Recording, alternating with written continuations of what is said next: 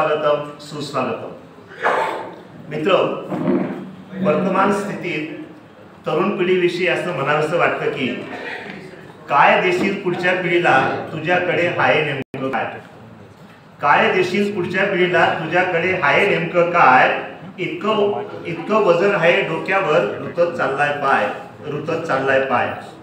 Social media व सामाजिक बंधनाच्या गर्तेत रुतत चालणाऱ्या या पिढीला आज संस्कारक्षम विचारांच्या पेरणीची गरज आहे। सध्या बाजारीकरणाच्या काळात समाज घडवण्यासाठी नेमकं काय करावं, यासाठी शाळा, शिक्षण, शिक्षक व समाज प्रबोधक हे परिवर्तनाचे एकमेव मार्ग आहेत। आणि असे समाज परिवर्तन घडवून आणण्यासाठी श्री छत्रपती शिवाजी वाचनालय साक्री आयोजित शारदोत्सव व्याख्यानमालांचं आयोजन करत असतं। शारदोत्सव व्याख्यानमाला उद्घाटन समारंभ व पुष्प पहिलेच्या निमित्ताने उपस्थित झालेले प्रमुख अतिथी माननीय डॉक्टर तुळशीरामजी गावित, अध्यक्ष शिवसेना धुळे जिल्हा। या शारदोत्सव व्याख्यानमालेचे उद्घाटक प्राध्यापक प्रकाशजी पाठक सर, ज्येष्ठ विचारवंत धुळे। वाचनालयाचे सर्व सन्माननीय पदाधिकारी, उपस्थित सभासद बंधू भगिनी, वाचक बंधू भगिनी व पत्रकार मित्रांनो, आपण सर्वजण या ठिकाणी उपस्थित झालात। आपणा सर्वांचं वाचनालयाच्या सांस्कृतिक समितीच्या वतीने हार्दिक स्वागत, वेलकम, सुस्वागतम। कार्यक्रमाच्या सुरुवातीलाच मित्रांनो, आजच्या या व्याख्यानमालेच्या पहिल्या पुष्पाचे नियोजित अध्यक्ष तांत्रिक अडचणीमुळे या ठिकाणी उपस्थित होऊ शकले नाही, म्हणून आपल्या या उद्घाटन समारंभ आणि पुष्प 1 चे अध्यक्षस्थान वाचनालयाचे उपाध्यक्ष तथा सांस्कृतिक समितीचे प्रमुख आबासाहेब एल जी सोनवणे यांनी स्वीकारावे ही विनंती। भामरे सरांनी मांडलेल्या सूचनेला वाचनालयातर्फे आणि आपल्या सर्वांच्या वतीने पूर्ण अनुमोदन आहे। मान्यवरांना विनंती करतो की त्यांनी प्रतिमा पूजन करून दीप प्रज्वलन करावं।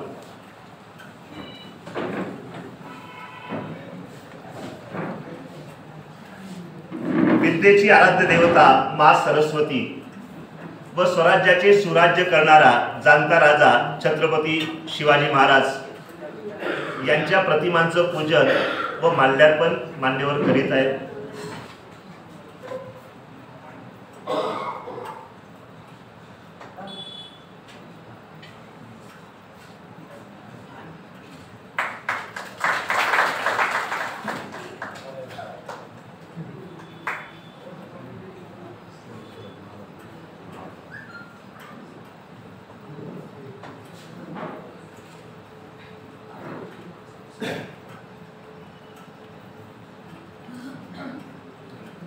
उपस्थित मान्यवरांमध्ये या व्याख्यानमालेचे उद्घाटन प्राध्यापक प्रकाशजी पाठक सर, प्रमुख अतिथी डॉक्टर तुळशीरामजी गावित, आजच्या कार्यक्रमाचे अध्यक्ष वाचनालयाचे उपाध्यक्ष आबासाहेब एल जी सोनवणे, कार्यवाह DN खैरनार भाऊसाहेब, सहकार्यवाह आदरणीय विजय भोसले सर, साक्री ग्रामपंचायतीचे ग्रामपालिकेचे सदस्य आदरणीय पंकजदादा मराठे।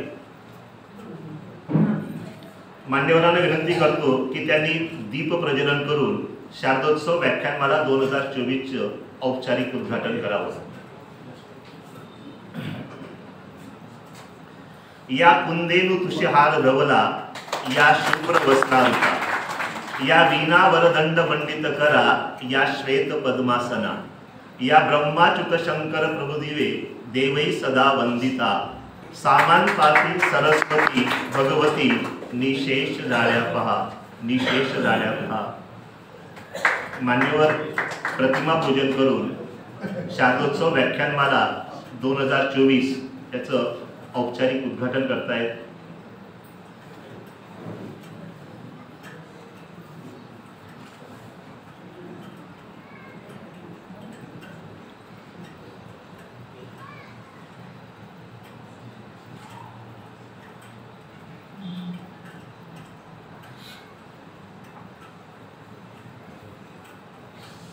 मान्यवरांना विनंती की त्यांनी मंचावर स्थानापन्न व्हावं.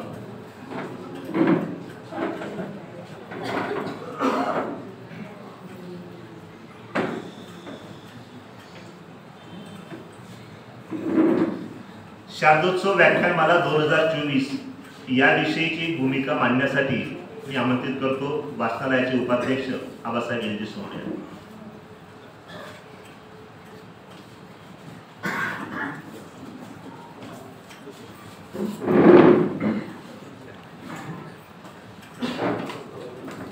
श्री छत्रपती शिवाजी वाचनालयाच्या शारदोत्सव 2024च्या उद्घाटन सोहळ्याचे प्रमुख अतिथी माननीय श्री तुळशीरामजी गावित, अध्यक्ष शिवसेना धुळे जिल्हा. तुम्ही आम्ही शारदोत्सवाची आणि शारदोत्सवाच्या व्याख्यानमालेची वाट पाहतो. भेटी लागे जीवा लागणीचे आस ही आज दोन्हीकडे सारखीच आहे, वारकऱ्यांकडे सुद्धा आणि आपल्याकडे सुद्धा.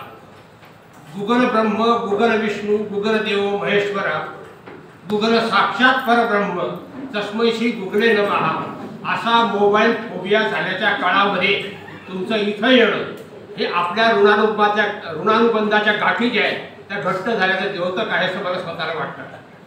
मित्रहो, महाभारतात यक्षाने युधिष्ठिराला जे काही प्रश्न विचारले होते त्याच्यात एक प्रश्न होता का दिक, म्हणजे समाजाला वळण लावण्यासाठी दिशा कोणती, आणि याला उत्तर देताना युधिष्ठिर असं म्हणाला होता संतोदिक, म्हणजे संत समाजाचे दिशादर्शन करतात.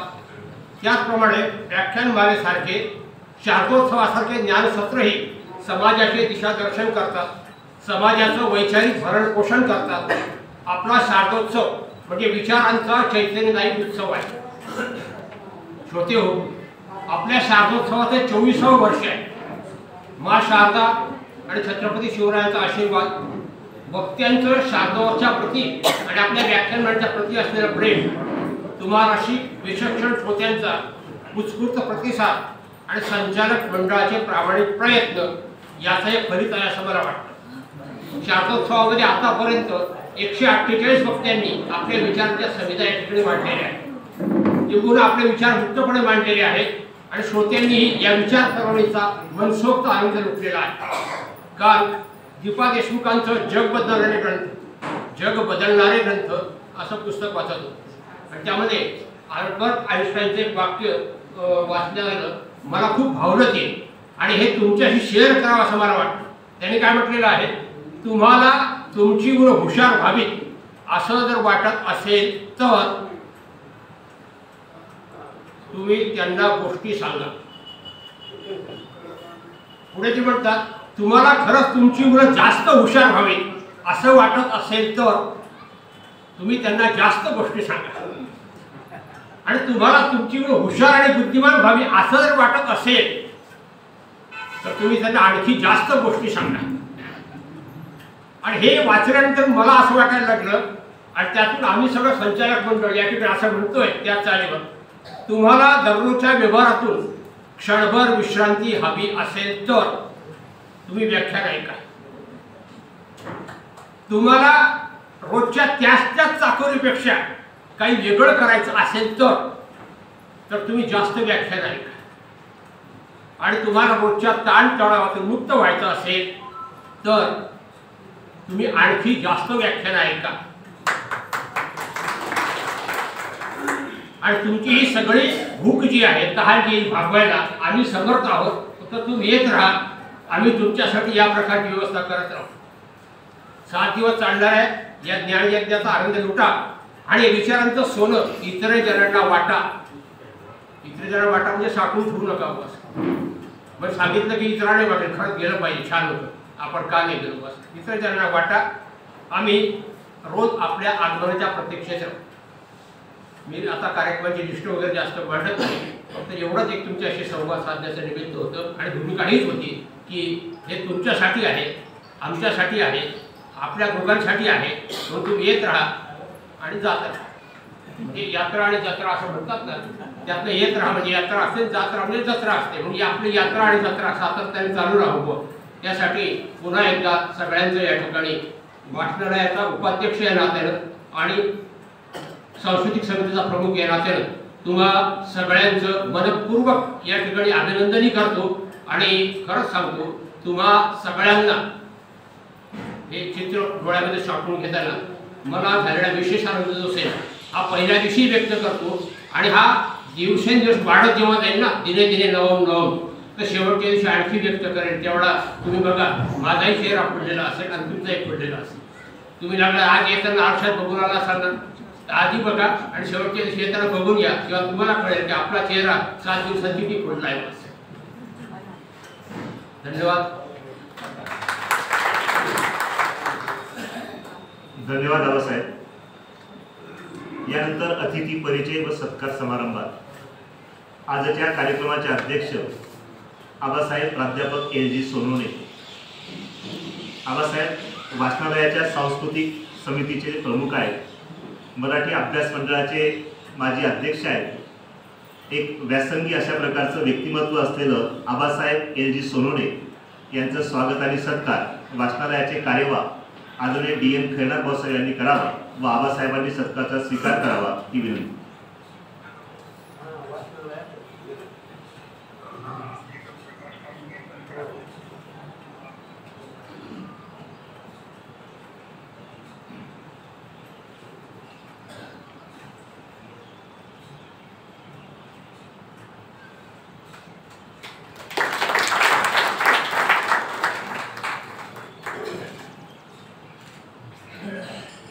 धन्यवाद सर. प्रमुख अतिथी मित्र, प्रेमाने जोडलेली 4 माणसं व त्यासाठी लागणारे 2 गोड शब्द. प्रेमाने जोडलेली 4 माणसं व त्यासाठी लागणारे 2 गोड शब्द हे वैभव ज्यांच्याजवळ आहे तो खरा श्रीमंत. अशी मनाची श्रीमंती लाभलेले आजच्या कार्यक्रमाचे प्रमुख अतिथी डॉक्टर तुळशीरामजी गावित यांचं स्वागत आणि सत्कार वाचनालयाचे थोडं पाहुण्यांनी सांगितल्याप्रमाणे प्रोटोकॉल थोडासा बदल करतो. आधी वक्त्यांचा परिचय होईल.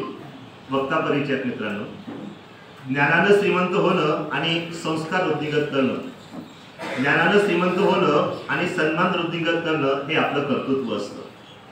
ज्यांच्या आयुष्यात निसर्गाची किमया आणि स्वतःचं कर्तृत्व असतं ती माणसं सर्वार्थाने मोठी ठरतात. ती माणसं सर्वार्थाने मोठी ठरतात. असे सर्वार्थाने मोठे असलेले प्राध्यापक प्रकाश गंगाधर पाठक, ज्येष्ठ विचारवंत, धुळे. मित्रो, आपला शारदोत्सव आणि प्राध्यापक पाठक यांचा संबंध सोनं आणि त्याचा रंग यासारखा आहे. जसं सोन्यापासून त्याचा रंग वेगळा करता येत नाही तसं आपल्या शारदोत्सवातून आदरणीय पाठक सरांना वेगळं करता येत नाही. महाराष्ट्राचा उत्कृष्ट वक्ता म्हणून मानाचा पुबा भावे पुरस्काराचे सर मानकरी आहेत. पाठक सर म्हणजे वक्तृत्वाचा मानदंड, वाणीचे वरदपुत्र. आपल्या शारदोत्सवात त्यांनी आजवर दिलेल्या व्याख्यानातून त्यांची प्रचिती आलेली आहे. सरांनी आपल्या शारदोत्सवात 11 व्याख्यानं दिलेली आहेत. व्याख्यानांचं विषय वैविध्य पाहता त्यांचा व्यासंगाचा आवाका लक्षात येतो.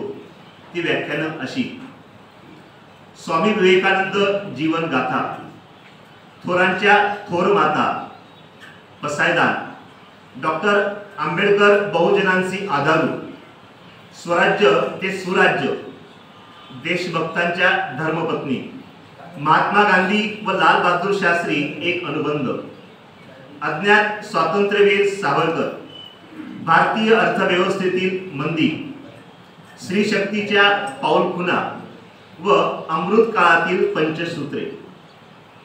शैक्षणिक, सामाजिक, आर्थिक, सांस्कृतिक क्षेत्रात सरांनी दिलेलं भरीव योगदान त्यांच्या समाजविमुक्तीची साक्ष आहे.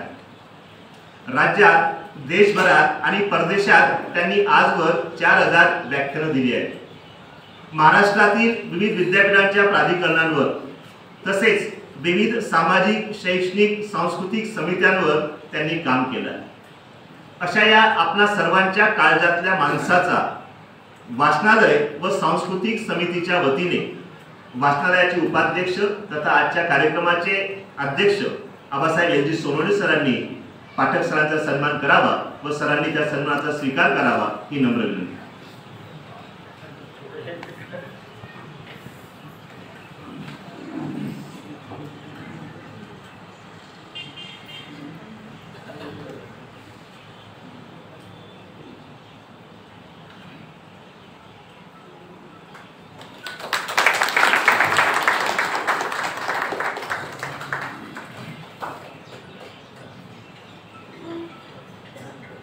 धन्यवाद सर.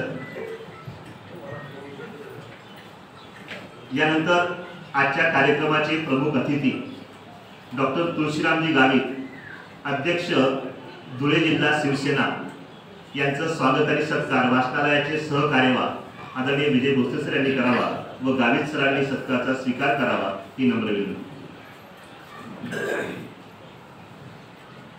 मित्र, डॉक्टर गावित व आमदार मंजुळाताई गावित यांच्या अथक प्रयत्नातून आणि पाठपुराव्यामुळेच आपल्या वाचनालयाच्या पश्चिमी बाजूला जी काही अभ्यासिका साकारली जात आहे त्या अभ्यासिकेचे ते प्रेरणास्रोत आहेत डॉक्टर गावित आणि तुळशीराम गावित आणि मंजुळाताई गावित. धन्यवाद सर.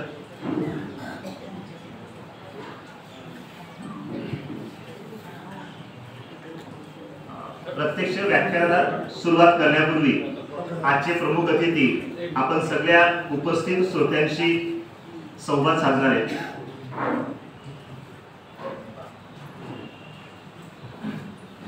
आदरणीय डॉक्टर गावित यांच्या समवेत उपस्थित झालेले पंकजदादा मराठे, नगरसेवक नगरपंचायत साक्री यांचं स्वागत. आदरणीय पीजे कुवर सर यांनी पंकजदादांचं स्वागत करावं व पंकजदादांनी सत्काराचा स्वीकार करावा ही विनंती.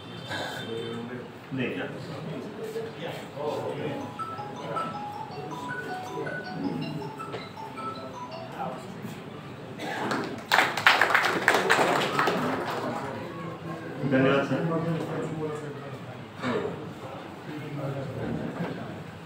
मी आदरणीय डॉक्टर गावित सरांना विनंती करतो की त्यांनी आपल्याशी संवाद करावा.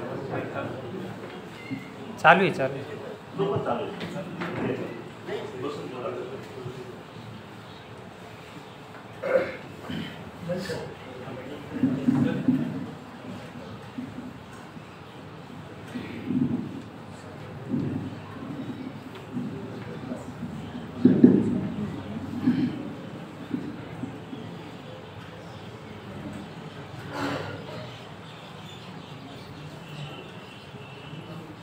श्री छत्रपती शिवाजी महाराज वाचनालय तालुका साक्री येथील शारदोत्सव व्याख्यानमाला 2024 वर्ष 24 या कार्यक्रमासाठी आजच्या या कार्यक्रमाचे अध्यक्ष सन्माननीय LG सोनवणे आबा, त्याचप्रमाणे ज्यांचा आता नुकताच आपण परिचय ऐकला ते आजच्या कार्यक्रमाचे उद्घाटक तथा वक्ते माननीय प्रकाशजी पाठक साहेब,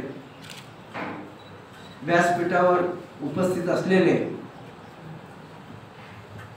माननीय प्राध्यापक LG सोनवणे सर, त्यानंतर DD Khairnar sir, Vijay Bhosale sir, Suresh Sonawane sir, AG Pathak, RD Bhamre sir, VK Shah, PZ Kuwar sir, Dhananjay Sonawane, Manoj भाऊ कारले, जगदीश वाघ, RP भामरे, सतीश पेंढारकर आणि उज्ज्वल अग्निहोत्री, त्याचबरोबर माझ्यासोबत असलेले आमचे सहकारी नगरसेवक तथा आमच्या तालुक्याचे तालुका प्रमुख पंकजदादा मराठे, त्याचबरोबर या ठिकाणी उपस्थित असलेले माझे गुरुजन वर्ग, तिकडे अहिरराव सरांसारखा सिनियर माणूस या शहरामधले अतिशय आणि बाकी सर्व आपण गुरुजन आणि या ठिकाणी उपस्थित असलेले माता भगिनी बंधू आणि मित्रांनो, त्याचप्रमाणे पत्रकार मीडिया आणि या ठिकाणी उपस्थित असलेले सर्व पदाधिकारी यांचं खऱ्या अर्थानं मी देखील या ठिकाणी धन्यवाद व्यक्त करतो आणि आपल्याला या ठिकाणी शुभेच्छा पण देतो. त्याचं कारण शारदोत्सव व्याख्यानमाला वर्ष 24 या माध्यमातून मला देखील आज ही आपल्याशी 2 मिनिटं हितगुज करण्याची संधी दिली, त्यामुळे मी पहिल्यांदा या ठिकाणी आयोजकांचं आणि या संस्थेच्या सर्व संच अध्यक्ष उपाध्यक्षासह संचालकांचं मी या ठिकाणी मनपूर्वक त्यांना धन्यवाद देतो आणि या कार्यक्रमासाठी शुभेच्छा देतो. मी एवढंच म्हणेन, आपण कितीही शिकलो सवरलो पण तरी आपल्या संसाराचा गाडा हाकत असताना आपल्या प्रपंचाला अनेक अडचणी असतात, पण त्यातनंही आपण वेळ काढून जर आपण वाचन केलं किंवा असे शारदोत्सव व्याख्यानमाला ज्या ज्या व्याख्यानमाला जिथे जिथे असतील, आपण काय असेल त्याच्यामध्ये अर्धा तास 1 तास आपण जर जाऊन बसलो तर निश्चितपणे आपल्या ज्ञानात भर पडेल आणि आपल्याबरोबर आपल्या कुटुंबातल्या मुलांना, नातवांना, आपल्या सुनांना, आपल्या परिसरातल्या सगळ्या आपल्या सहकारी मित्रांना, मैत्रिणींना निश्चितपणे आपण एक समाज घडविण्याचा आपण प्रयत्न करू शकतो. आणि म्हणून या व्याख्यानमालेतनं, अशा कार्यक्रमातनं आपल्याला आपल्याबरोबर आपला समाज, जी आपली भौतिक जबाबदारी समाज घडविणे, समाजाबरोबर चालणे आणि समाजाला याच्यातनं म्हणजे पुढे प्रवृत्त करणे की आपण देखील चला. आणि त्या माध्यमातून या छत्रपती शिवाजी वाचनालयाची ही काही जी परंपरा आहे, हे प्रत्येक वर्षी ते या ठिकाणी आयोजित करतात. आणि म्हणून आजच्या कार्यक्रमाच्या निमित्तानं मी पुनश्च त्यांना धन्यवाद देतो. फार न काही बोलता आपल्याशी सुसंवाद करण्याचा, कारण माझ्यापेक्षा माझे गुरुजन बसलेले आहेत आणि गुरुजनांचं मला ऐकायचंय, आपल्याला ऐकायचंय. आणि म्हणून मी या ठिकाणी थांबतो आणि पुन्हा एकदा या संस्थेस आणि पदाधिकाऱ्यास शुभेच्छा देतो. आपण देखील आलात, आपलं मनोभावे स्वागत करतो, आपल्याला धन्यवाद देतो. या ठिकाणी थांबतो. जय हिंद, जय महाराष्ट्र.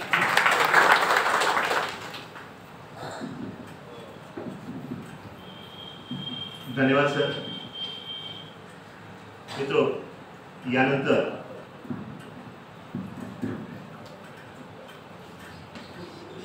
मी आजच्या व्याख्यानाला सुरुवात करण्यासाठी आमंत्रित करतो आदरणीय प्रकाश पाटील सर यांना. आजच्या या व्याख्यानमालेचं उद्घाटन, या उद्घाटनाची उद्घोषणा आणि आपल्या विषयाला सुरुवात करावी आदरणीय पाटील सर.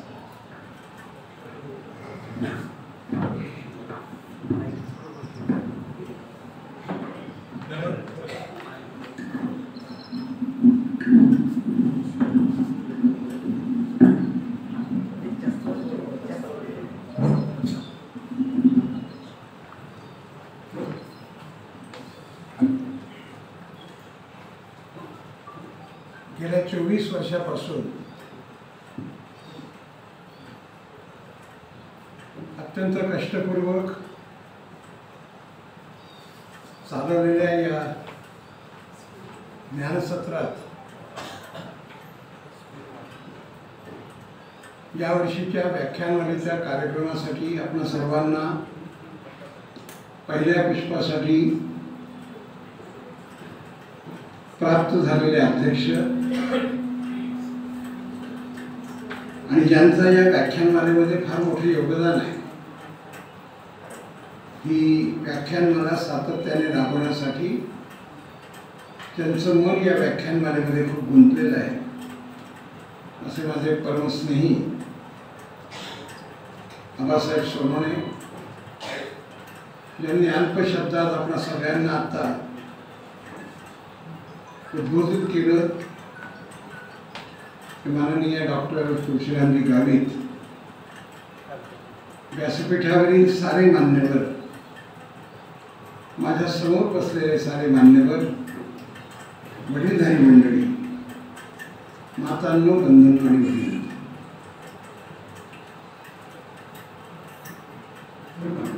या व्याख्यानमालेचं आणि माझं असं एक वेगळं नातं आहे. मी या व्याख्यानमालेत कोणत्या विषयांवर किती वेळा बोललो या एका मुद्द्यापुरतं ते नातं नाही आहे. त्याची यादी आता वाचून दाखवली आणि आबांचा माझा एक अलिखित असा हे आहे की ते विषय सांगतात, बऱ्यापैकी आधी सांगतात.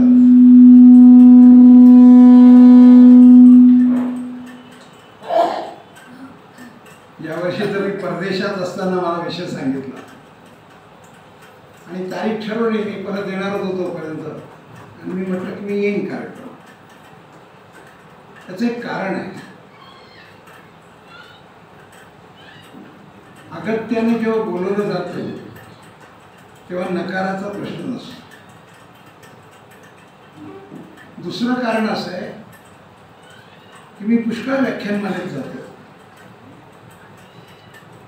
पण छोट्या गावातल्या व्याख्यानमालेचं एक वेगळं वैशिष्ट्य असं असतं की ती सातत्यपूर्ण चालवणं फार अवघड असतं. दरवर्षी साधारणपणे 7-8 वक्ते, अगदी मुंबई पुण्यापासून बोलवणं ही फार मोठी कसरत आहे.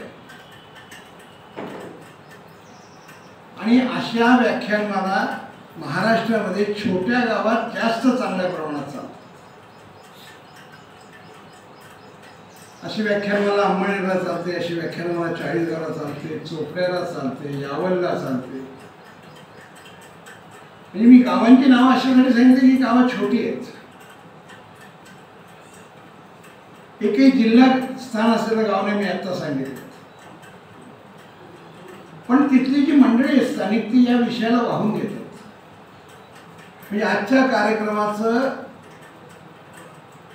ठरवणं ज्याला म्हणून मी निमंत्रण शब्द प्रयोग मी आता इथलाच झालेला आहे. हा आत्माच आहे 2.5-2 महिन्यापूर्वी झाला. म्हणजे मनात किती प्लॅनिंग असेल. मला उपलब्ध करण्याचा मुद्दा नाही. 1.5-2 महिने कष्ट घेणं, विषय निवडणं, वेगवेगळे विषय देणं, त्या विषयातल्या जाणकारांना बोलवलं ही इथली परंपरा फार चांगली आहे. दुसरं वैशिष्ट्य जे आहे ते तुमचं आहे.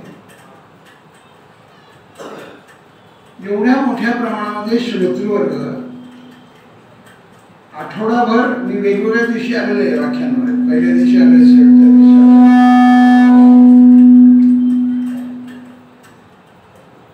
इतक्याच उत्स्फूर्तपणे म्हणजे तुम्हाला ज्ञानाची तहान आहे. हे ज्ञानसत्र चालवतात आणि तुम्ही ज्ञानाग्रही आहात. ज्ञानाची तहान असावी लागते. मी व्यक्तिगत उल्लेख इतरांसाठी करेन. मी CA चा अभ्यास करत असते त्यावेळी मी परीक्षा पास झालो त्याला आता 45-46 वर्ष झाली. त्यावेळी फक्त पुण्याला आणि मुंबईला सेंटर असायचं. आणि मी अभ्यासासाठी पुण्याला 10-12 दिवस जाऊन राहत असे. परीक्षेचे 5-6 दिवस आणि पलीकडचे काही दिवस. आणि अशा संध्याकाळच्या वेळी नावाजलेल्या मंडळींची टिळक स्मारक मंदिरात व्याख्यान असायची. माझी द्विधा मनस्थिती असायची. अरे 2 दिवसांनी पेपर आहे, CA चा पेपर आहे, जरा अभ्यास कर. आता तू जे व्याख्यानात जाणार तर त्या CA च्या पेपरशी काही संबंध नाही. पण बोलणारे माणसं इतकी मोठी असायची की मला असं वाटायचं नाही 1-1.5 तास जावं. आपला अभ्यास जरा आपण रात्री 12ला झोपणार असतो तर 1 वाजता झोपतो. तरुणपणी काही अडचण नसते. आणि मी तुम्हाला सांगतो मला त्याचा फार मोठा उपयोग झाला. खूप मोठ्या माणसांना मला जवळून ऐकण्याचा योग. जसं आत्ता तुम्ही ज्ञानाग्रही नावाच्या विषयी मी तुमच्याबद्दल केला असा माझ्या वाट्याला. म्हणजे मी सोनोपंतांची ज्ञानेश्वरी ऐकली आहे, मी प्राचार्य भोसलेंचा विवेकानंद ऐकला आहे. ही यादी खूप मोठी आहे. ती मी अशा मोठ्या माणसांचं ऐकणं हा फार मोठा उपयोग असतो. याचं कारण असं आहे, प्राचार्य भोसले नेहमी सांगत असत 10 पुस्तकं सातत्याने वाचून मुळात 10 पुस्तकं वाचायला किती वेळ लागेल. जे आकलन आपण करू शकतो ते 1-1.5 तासाच्या असलेल्या विवेचनातून आपल्या कानावर पडतं. जर वक्त्याने सुयोग्य अभ्यास केला असता तर तो खूपच आनंददायी असतो. हा जो श्रोतृवर्ग आणि वक्ता असा जो संवाद आहे हा या व्याख्यानमालेचा फार गोडवा असलेला विषय, अत्यंत आनंददायी विषय. आणि या आनंदात मला सहभागी होता येतं हा माझा आनंद आहे. वक्ता म्हणून भाषणाला बोलवलं हा आनंद असण्यापेक्षा तुम्ही ज्या तन्मयतेने ते ऐकतात त्यामुळे मला तळमळीने यावंसं वाटतं. आणि म्हणून मी अगदी सुरुवातीला तुमच्याविषयीचा हा माझ्या मनातला भाव आहे अतिशय मनापासून व्यक्त करतो. आणि हे तुम्हाला बरं वाटावं म्हणून नाही, वस्तुस्थिती. असा श्रोतृवर्ग मोठ्या शहरातही जमत नाही. मी तुलना करून सांगून कुणाला दोषारोप देऊ इच्छित नाही. पण इथे ठरलेली मंडळी येतात, ऐकतात, व्याख्यानानंतर चर्चा करतात, हे फार चांगलं आहे. मी विद्यार्थी आहे, या वाचनालयाचा मी विद्यार्थी आहे, म्हणजे या व्याख्यानमालेचा विद्यार्थी. आत्ता तुम्हाला माझ्या भाषणाचे जे जे विषय वाचून दाखवले त्यात आर्थिक विषय होते, आध्यात्मिक विषय होते, शैक्षणिक विषय होते. यातले बहुसंख्य विषय आम्हाला देतात आणि ते फोनवर असं डायरेक्ट सांगतात, यावर्षी तुम्ही या विषयावर बोला. आजचाही विषय त्यांनीच दिला आणि आजच्या विषयाच्या संदर्भातली मांडणी त्यांनी मागच्या वर्षाच्या व्याख्यानाच्या वेळी सांगितली, ते तुम्हाला आठवण नसतं. असं एक नातं आहे, त्या नात्यामुळे मी येतो, त्या नात्यामुळे मी ओढला जातो. त्यामुळे कृपा करून मी वक्ता म्हणून आलेलं असं मानण्याचं कारण इथे बसायचे आहे की इथून बोलतोय एवढंच मला वाटतं. आणि जे आतून वाटेल ते सांगावं, आपण त्याचं श्रवण करावं. जे यथोचित वाटेल आपल्या स्वतःच्या व्यक्तिमत्वासाठी ते घ्यावं, आपल्या पाल्यांसाठी वाटेल ते घ्यावं आणि स्वतःचंही व्यक्तिमत्व विकसित करावं. हा एकूण सगळ्याच व्याख्यानाचा पाठीमागे असलेला बिंदू असतो, तो याही व्याख्यानाच्या पाठीमागे. भारतीय शिक्षक आणि राष्ट्र निर्माण असं आजच्या विषयाचं शीर्षक आहे. या विषयामधले जे शब्द आहेत ते आपण जरा बारकाईने अभ्यासणार आहोत. माझा तो थोडा त्या सगळ्या विषयातला विचार आहे तो तुमच्याकडे मांडणार. म्हणजे राष्ट्र निर्माण करण्याकरता शिक्षकाची काही भूमिका आहे. राष्ट्र निर्माण करण्याकरता भारतीय शिक्षकाची काही भूमिका आहे. नुसतं शिक्षक शब्द नाही आहे माझ्या आजच्या विषयात. आणि राष्ट्राचं निर्माण करणं म्हणजे राष्ट्राची निर्मिती करणं, यासाठी तो शिक्षक कसा उपयुक्त आहे, कसा उपयुक्त होता, कसा राहू शकतो, याचं विवेचन या आजच्या व्याख्यानाच्या निमित्तानं करणं संयोजकांच्या मनात नक्की असतं. आणि मी बोलण्याला सुरुवात करताना म्हणून या चारही शब्दांची जी जी फोड करून आपल्यापुढे मांडता येईल ती मांडण्याचा प्रयत्न करा. राष्ट्र हा शब्दप्रयोग देश हा शब्दापेक्षा वेगळा आहे. देशाला भौगोलिक सीमा असते, प्रत्येक देशाला असते. आणि राष्ट्र हे जे प्रबोधन आहे, ही जी मांडणी आहे, ही ज्या ज्या लोकांनी केलेली आहे, ज्या ज्या विचारवंतांनी केलेली आहे, अनेक मोठी माणसं आहेत या शब्दावर बोलणारे, त्यांनी राष्ट्र हा शब्दप्रयोग सांस्कृतिक, भावनिक आणि त्या राष्ट्राची एक ओळख असणारा सांगितलं. तुम्हाला देशाला ओळख नसते का? तर देश शब्दप्रयोग उच्चारल्याबरोबर आणि राष्ट्र शब्द उच्चारल्याबरोबर मनामधले तरंग भिन्न असतात. राष्ट्र हे परंपरेने ओळखलं जातं. राष्ट्र हे उत्तम कालखंड आणि नंतर काही अडचणी आल्यामुळे पडझड झालेला कालखंड यामुळे ओळखलं जातं. प्रत्येक राष्ट्राच्या ओळखीच्या काही खुणा असतात आणि त्या प्रत्येक राष्ट्राच्या भिन्न असतात. म्हणजे या वाक्यासाठी मी उदाहरण घेतो. आपण आपल्या देशाचा उल्लेख करताना भारत माता असा उल्लेख करतो. म्हणजे आपण आपल्या राष्ट्राला मदरलँड म्हणतो. जननी जन्मभूमी स्वर्ग से महान है, इसके वास्ते ये तन है, मन है और प्राण है. अनेक मराठी असतील, हिंदी असतील गाण्यामध्ये ज्या ज्यावेळी राष्ट्र शब्द आलेला आहे आणि अनेक दिग्गज गायकांनी ते गायलेलं आहे, त्यावेळी आपल्या मनामध्ये आपण भारत माता की जे असा उल्लेख करतो, त्यावेळी राष्ट्र नावाच्या संकल्पनेचा एक वेगळा विचार सगळ्यांनी मिळून आपण केला. आणि तो विचार केवळ भौगोलिक नसतो.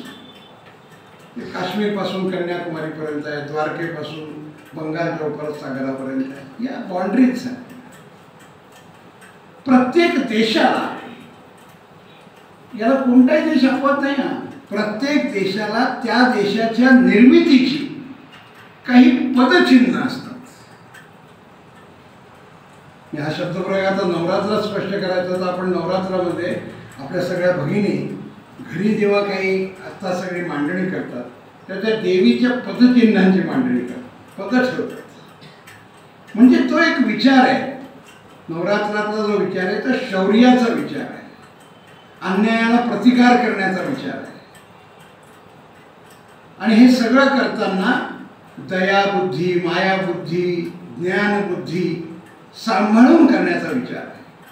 तो स्वतंत्र एक बोलण्याचा विषय आहे. आणि हे जगातल्या प्रत्येक राष्ट्रात असतं. मी आता अमेरिकेत होतो. अमेरिकेला साधारणपणे स्वातंत्र्य मिळून झालेला कालखंड आहे हा 250 वर्षाचा. आणि वॉशिंग्टन हे त्यांचे पहिले प्रेसिडेंट. तिथे काही काम नव्हतं, वेळ भरपूर होता, म्हणून मी माझ्या मुलाला समोर एक मोठा ग्रंथ मागवला की आजपर्यंत तुमच्या देशात झालेल्या सगळ्या राष्ट्राध्यक्षांची जर थोडी पर्सनल माहिती 10-12 पानात एका राष्ट्राध्यक्षांची माहिती असा एक ग्रंथ त्याने मला वाचायला आणून दिला आणि माझा वेळही फार छान गेला. मी त्याच्या तपशिलात जात नाही. वॉशिंग्टन असेल, लिंकन असतील, केनेडी असतील, आणखी 10 नावं घेता येतात. यांनी त्यांच्या राष्ट्राची जी मांडणी केली त्याच्या पाठीमागे काही सूत्र सांगितले. Liberty, freedom, public bonding. म्हणजे राष्ट्राच्या विचारसरणीत कोणते शब्दप्रयोग येतात ते भावनिक असतात, ते तुम्हाला बांधून ठेवणारे असतात. आणि आपलं राष्ट्र हे जगाच्या पाठीवर सांस्कृतिक राष्ट्र म्हणून मानलं जातं. जग मानतं ना. म्हणून राष्ट्राचा उल्लेख करताना आपण माता असा उल्लेख करतो. जगातल्या सगळ्या राष्ट्रांमध्ये हा उल्लेख नाही. आणि आपल्यापैकी प्रत्येकाच्या मनामध्ये आईचं एक वेगळं स्थान असतं. ते काही स्पष्टीकरण करून सांगण्याची आवश्यकता नाही. आपण कोणीही असलो तरी, कारण आई हे एक वेगळं दैवत आहे. त्या अर्थानं माता, भारत माता, हा माझा देश, हे माझं राष्ट्र, हे माझं दैवत आहे. इंग्लंडमध्ये आपण गेलात तर असं लक्षात येईल की तिथे इकॉनॉमिकल पॉईंट ऑफ व्ह्यूने देशाला पाहिलं जातं. आपण रशियात गेला तर आपल्या असं लक्षात येईल की तिथे सामर्थ्याच्या पॉईंटने देशाला पाहिलं जातं. आपल्या देशामध्ये थोर महात्म्यांनी सांगितलेल्या विचाराच्या आधारे या देशाचा विचार असं या देशाला पाहिलं जातं.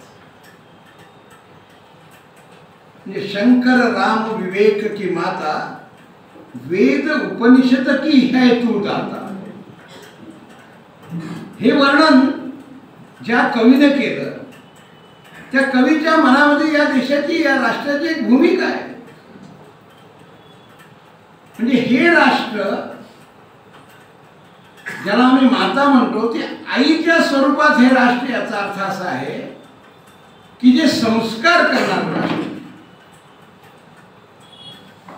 जे परंपरेचं महत्व सांगणारं राष्ट्र आहे. त्याचा उल्लेख हल्लीच्या काळात एका शब्दात केला जातो, विरासत. विकास या शब्दाच्या जोडीला दुसरा शब्द बोलताना अनेक मंडळी वापरतात. विरासत म्हणजे आपली परंपरा. आणि या परंपरेचा आपल्यावर प्रभाव असतो. तो आपण जाणव दिला नाही जाणव दिला तरी, म्हणजे कोणी एखादं कथाकार आला तर त्याच्या सोयीसाठी कोणालाही पटकन काहीतरी त्यांची सोय करावी असं वाटतं. त्याच्या मनात काय येतं की एक परमेश्वराच्या चिंतन करणाऱ्या एखाद्या मंडळींना आपल्या हातून जे काही सहकार्य करता येईल ते करावं. ते जे परमेश्वराचं चिंतन, याचा अर्थ असा आहे मनुष्य मात्राच्या अंतिम कल्याणाचा केलेला विचार. सर्वत्र सुखेना संतु सर्वे संतु निरामय. हे कोणी म्हटलं, कधी म्हटलं आणि का म्हटलं? कोणी म्हटलं तर रुचेतून आलेलं आहे. ज्यावेळी सर्वत्र सुखीना संतु ही कल्पना सुद्धा मांडण्याची आवश्यकता नव्हती, तर सगळीकडे उत्तमच होतं, तेव्हा म्हटलंय आम्ही सुखामध्ये राहू आणि तुम्ही सुखात राहू नये असं म्हटलं नाही. म्हणजे हे राष्ट्र ईर्ष्या मानत नाही, हे राष्ट्र स्पर्धा मानत नाही, हे राष्ट्र कपट भावानं जगण्याचं शिकवत नाही. या राष्ट्राच्या मनात दूषित विचार येत नाही. हे राष्ट्र कलंकित शब्दापासून दूर राहण्याचा प्रयत्न करतो, असं हे राष्ट्र आहे. आणि हे केवळ साहित्यिक शब्द नाहीत, मी शब्द आणखी जोडू शकतो, पण हे केवळ साहित्यिक शब्द नाही, असं हे राष्ट्र आहे. याला एक मोठी परंपरा आहे, ती ज्ञानाची परंपरा आहे, अनेक मोठ्या मांडणींची परंपरा आहे. आपल्याला जमलं तर माझा एक आग्रह सांगणं आहे, फार छोटंसं पुस्तक आहे, खिचात मौत. आपल्या राष्ट्राविषयी परदेशातल्या अनेक दिग्गजांनी व्यक्त केलेली एकच वाक्य आहे त्याच्यात. ज्याच्यात आईन्स्टाईनचं नाव आहे की आईन्स्टाईन आपल्या देशाविषयी काही म्हटलं. आता आईन्स्टाईनला भारताविषयी म्हणण्याचं काही तसं कारण नाही.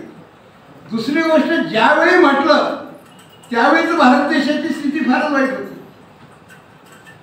आईन्स्टाईनचा सर्वसाधारण कालखंड हा प्रामुख्यानं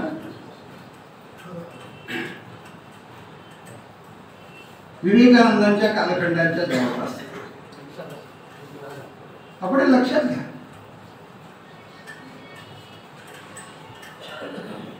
प्रकृतीचा मुद्दा बाजूला ठेवून दादा व्याख्यानाला येतात तर मला नेहमी फारच वैशिष्ट्य वाटतं. मग अशा दिग्गजांना आपल्या देशाविषयी त्यांना जे वाटलं ते त्यांनी सांगितलेलं. कसा आहे हा देश, या राष्ट्राची परंपरा काय, या राष्ट्राचा विचार काय, आणि म्हणून या राष्ट्राच्या वैशिष्ट्यामध्ये मूलभूत अशी आहे की मानवी मनाचं उन्नयन करायचं. एक, मानवी मन उन्नत करायचं. मानवी मन उन्मत्त होणार नाही याची काळजी घ्यायची. उन्नयन करायचं, उन्नत करायचं, पण उन्मत्त होणार नाही याची काळजी घ्यायची. करुणा नावाचा विषय इथल्या माणसाच्या मनामध्ये भरून राहील, ओतप्रोत, अशी काळजी घ्यायची. पण शक्ती नावाच्या तो विषयाचा उपासक राहील अशी काळजी घ्यायची. फार चिंतन मोठं आहे आपल्या देशाचं. मला खूप वेळा असं वाटतं की सवड असलेलं हे सगळं मुळातून वाचावं आणि दिग्गजांनी काय लिहिलंय तेही वाचावं. आणि म्हणून राष्ट्र ही संकल्पना सांस्कृतिक आहे, भौगोलिक नाही. ती राष्ट्राच्या मूळ विचारधारेशी जोडली आहे. हे राष्ट्र हे आध्यात्मिक राष्ट्र आहे. डॉक्टर कलाम ज्याचा उल्लेख किती स्पिरिच्युअल नेशन असं करतात, आणि त्यांचं भाषण आहे, फार सुंदर भाषण आहे ते, पुण्याला झालेलं. ते त्या भाषणात असं म्हणतात, I mean by word of spiritual not the religion one. The spirituality is much more better, much more higher than the religion. ही अशी वाक्य बारकाईने अभ्यास केली की आपल्याला लक्षात येईल, हे आध्यात्मिक राष्ट्र आहे, हे श्रद्धाप्रवण राष्ट्र आहे, हे उन्नत विचाराचं राष्ट्र आहे, हे जागतिक कल्याणाचं राष्ट्र आहे. दुसऱ्याच्या कोणत्याही गोष्टीवर नजर ठेवून ती मला हवी असा कोणत्याही प्रकारचा प्रलोभनाचा भाव नसलेलं हे राष्ट्र आहे. आता याच वाक्यावर पुष्कळ उदाहरणं देत आहेत. अशा राष्ट्राच्या निर्मितीचं कारण, आता निर्मिती शब्दात काय वेळा असं वाटायला लागतं आम्ही असं राष्ट्र निर्माण कुठे करणार आहोत, राष्ट्र तर आहेच. निर्मिती या शब्दाचा अर्थ एक लक्षात घ्या. कुठल्याही झाडाला फूल हे वारंवार येतं, योग्य प्रकारची काळजी घेतली, त्या पानाला कळी, त्या कळीचं फूल, आणि ही प्रक्रिया नैसर्गिक असते. त्यासाठी काही धडपड करावी लागते, प्रयत्न करावा लागतो ते झाड जपण्यासाठी आवाकडो, पण ते नैसर्गिक प्रक्रिया. निर्मिती या शब्दाचा अर्थ असा मानण्याचं कारण आहे की अगदी प्रथम असं वाटू शकतं, कारण राष्ट्राला उन्नत अवस्था तशी असते, तशी राष्ट्राची पडझडही होते. पण पडझडीतून टिकून राहणार असं जे राष्ट्र असतं त्याला चिरंतनत्व असतं. राष्ट्र हे खरोखर चिरंतन राष्ट्र. किती वर्षाचा इतिहास आहे या राष्ट्राला, जो तुम्हाला आठवून सांगता येईल तितका इतिहास आहे. मग अभ्यास करावा, मांडणी करावी. मग आपण तो रामापासून मांडतो, कृष्णापासून मांडतो आणि मग त्याची मोठी मालिकाच आहे. नाही कोणी पाहिले राम, कोणी पाहिले कृष्ण आम्हाला माहीत नाही. ठीक आहे, तुम्ही आत्ताची उदाहरण घ्या. म्हणजे मी ज्याला म्हणतो ना की मी अतिशय लवचिक या विषयात, तुम्ही कोणतीही उदाहरण घ्या. आपल्याला असं लक्षात येईल की या चिरंतनतेला स्पर्श केलेली भूमिका अनेक दिग्गजांनी मांडली. म्हणजे ज्ञानेश्वरी वाचताना ज्ञानेश्वरांनी लिहिलेली ज्ञानेश्वरी आपल्याला भक्तियोग शिकवते, पण टिळकांचं गीता रहस्य आपल्याला कर्मयोग शिकवते. असं जाणकारांचं त्याच्यावरचं भाष्य. आणि जगण्याचं एक वेगळं माध्यम शिकवत असताना अरविंदांनी केलेली, अरविंद घोषांनी केलेली टिप्पणी की गीता आम्हाला ज्ञानयोग शिकवते. काय काय सुंदर आहे बघा हे. म्हणजे एकाच असलेल्या ग्रंथाकडे किंवा त्याच्या विवेचनाकडे, ज्या ग्रंथात जो ग्रंथ स्वतंत्र नाही असं खुद्द त्या ग्रंथाचं प्रतिपादन करणारा योगेश्वर कृष्ण सांगतो की मी तुम्हाला वेगळं काही सांगत नाही. हे पण फार समजून घेण्यासारखं आहे. मी गीतेत काहीतरी नवीन सांगतोय असा कृष्णाचा दावा नाही. जे होतं तेच तुला आत्ताच्या परिस्थितीला जे लागू आहे ते म्हणून सांगतोय असं त्याने अर्जुनाला सांगितलं. मी नवीन तुला सांगत नाही. हे उपनिषदात होतं, हे वेदात होतं, हे पुराणात होतं, हे अनेक ठिकाणी सांगितलं गेलेलं आहे. तशी जगणारी माणसं होती, त्यांनी जे सांगितलं ते फक्त नवीन असलेल्या विषयामध्ये मी तुला प्रतिपादन करतो. आणि सत्य मग त्या गीतेनंतर ज्ञानेश्वरी, सत्य तेच, तोच दासबोध. तुकारामांचं असलेले गाथ्याचं वर्णन तेच. जोडुनिया धन उत्तम व्यवहारे, उदासे विचारे वेचे करे.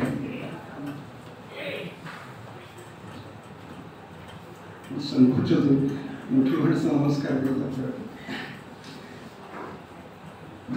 आता ज्ञाने तुकारामांचा मी आपण सांगत होतो की जोडुनिया धन उत्तम व्यवहार कुठून आला विचार?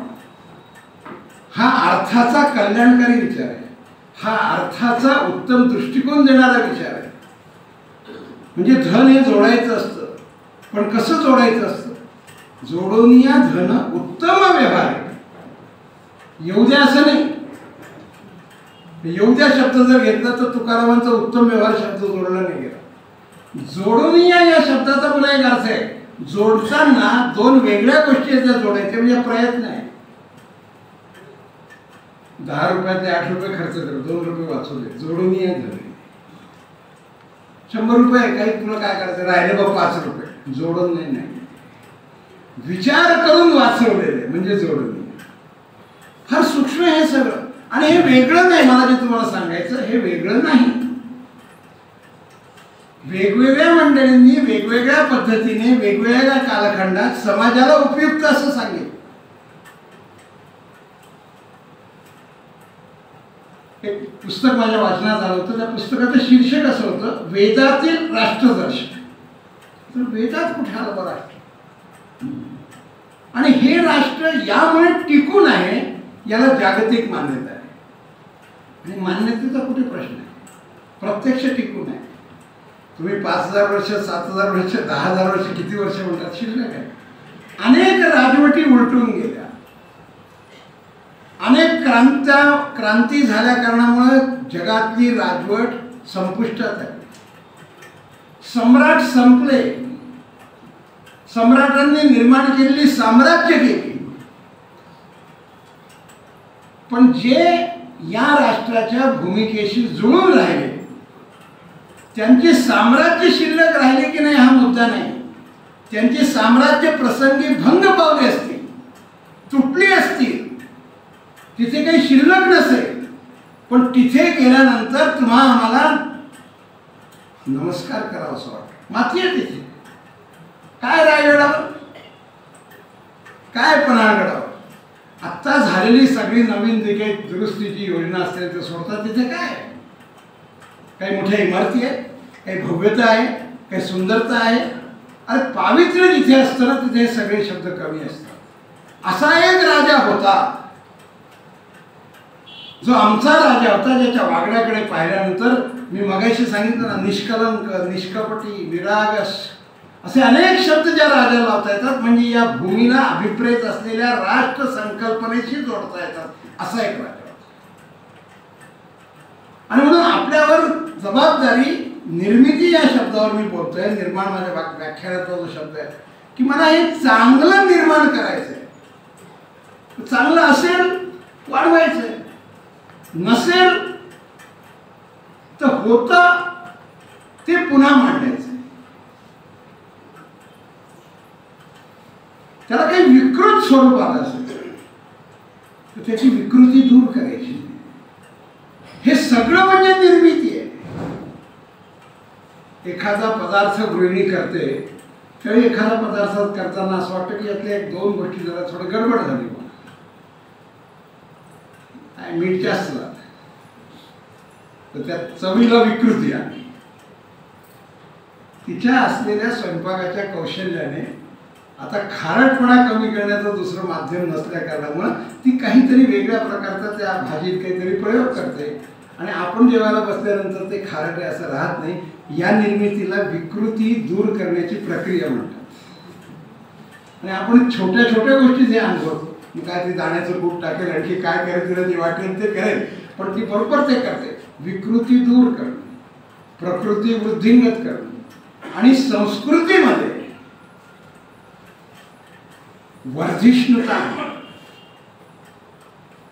वर्धिष्णुता म्हणजे ती वाढवणं, ती व्यापक करणं. हे तीन पैलू आहेत निर्मिती. निर्मिती म्हणजे काहीही नाही असं नाही, आणि काहीही नाही असं नसतंच. आपण पसायदानाच्या ओळी जरा शांततेने आपण जर ऐकल्या, जे जे खडांची व्यंकटी सांडो तया सत्कर्मी रती वाढो,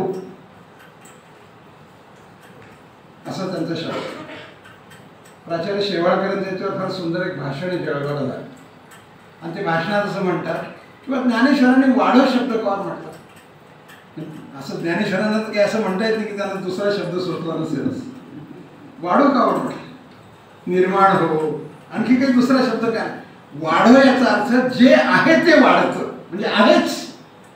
माणसामध्ये चांगुलपणा आहे तो वाढो, माणसातला जो वाईटपणा आहे म्हणजे व्यंकटी शब्द आहे त्या पसायदाला, तो दूर हो. ही निर्मितीची बिंदू आहे. म्हणजे निर्मिती करणाऱ्या व्यक्तीने हे लक्षात ठेवायचं असतं, जे जे चांगलं, जे जे उदात्त ते पुन्हा एकदा सांगायचं.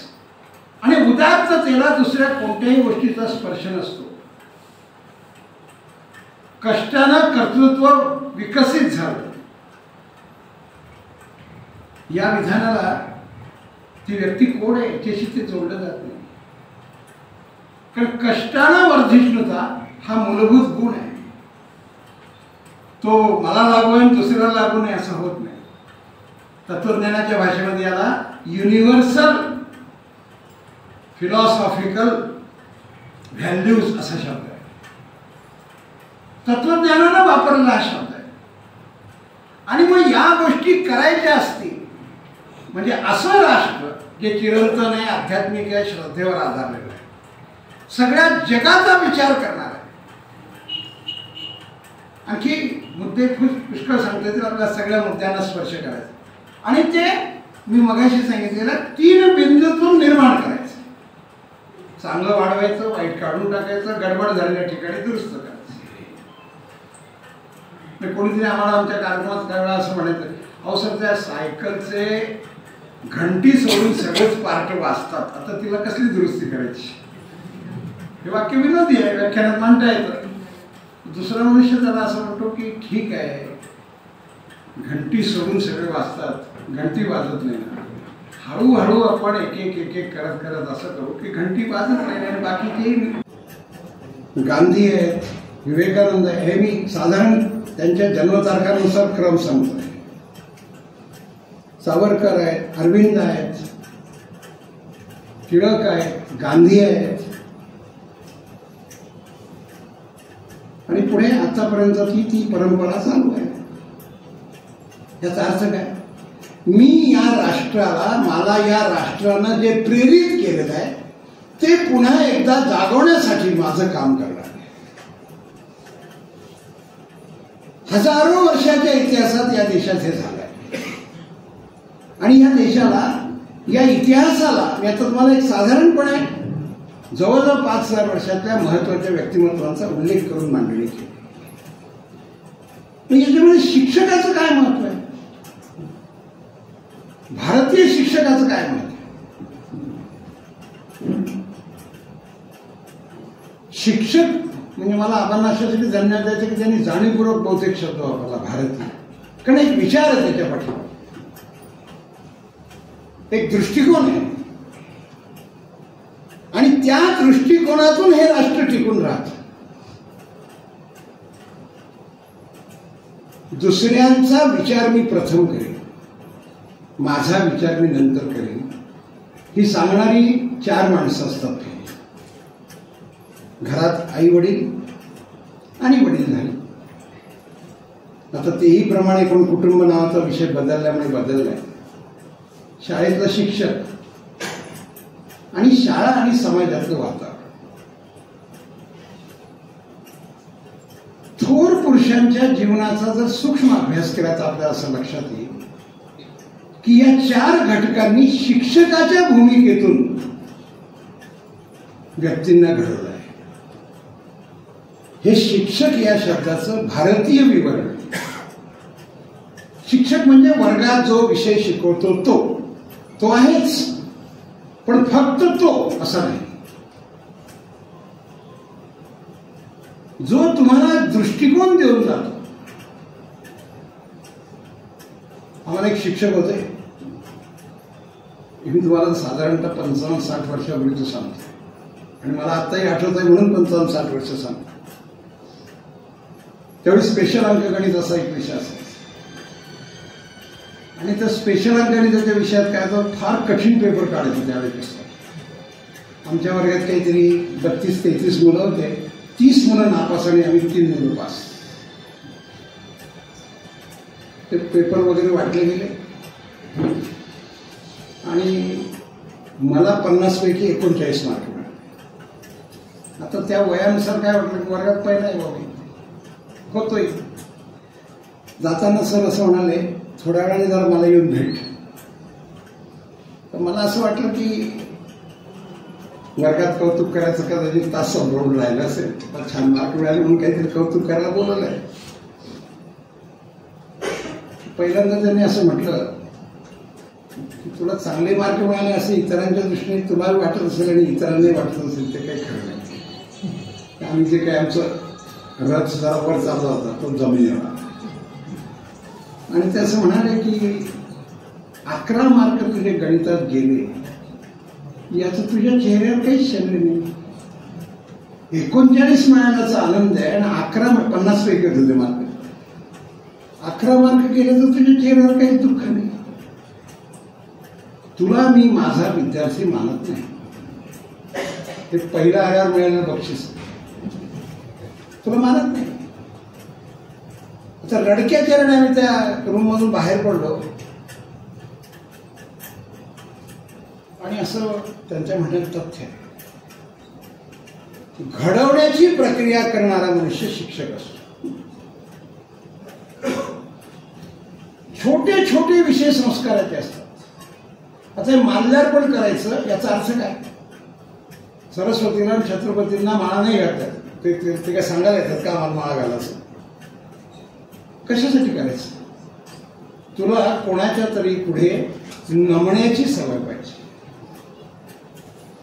अशी नमण्याची सवय जर नसेल तर तुझ्या विद्वत्तेची किंमत शून्य आहे. भारतीय ज्ञान परंपरेत ज्ञानाला आणि विज्ञानाला जेवढं महत्व आहे त्याच्यापेक्षा कितीतरी जास्त महत्व या अशा प्रकारच्या असलेल्या गुणांना आहे. मी एक गुण आता सांगितलं की नम्र आहे. कोणत्याही प्रकारचा त्याच्या मनामध्ये भाव नाही. आपण कुमार विश्वासांचं रामायणावर चिंतन ऐकलं तर डोळ्यात पाणी येतं. रावणाच्या मृत्यूनंतर मंदोदरी रामाला भेटायला येते. आयुष्यभर बायको राहिलेली रावणाची आणि रावणाचं कलेवर तिथे पडलेलं असतं आणि मंदोदरीची सावली रामाच्या अंगावर मागून आल्यामुळे रामाच्या अंगावर सावली पडते आणि राम बसलेले असतात, ते उभे राहतात. हा मूळ प्रसंग ज्यांना ऐकायचा त्यांनी कुमार विश्वासांचा रामायणातला या प्रसंग जरूर ऐकावं.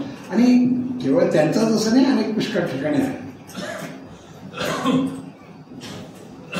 अत्यंत सन्मानानं राम मंदोदरीला बसवतात. सोपं आहे काय? जस्ट विचार करा, जिच्या नवऱ्यानं त्याच्या पत्नीला काही पुढे बोलण्याचं कारण आहे का? आपण कशासाठी इथे आलात असा उल्लेख करताना रामाच्या मुखातून मंदोदरीच्या बाबतीत उच्चारलेला शब्द असा आहे, आई आपण इथे का आलात?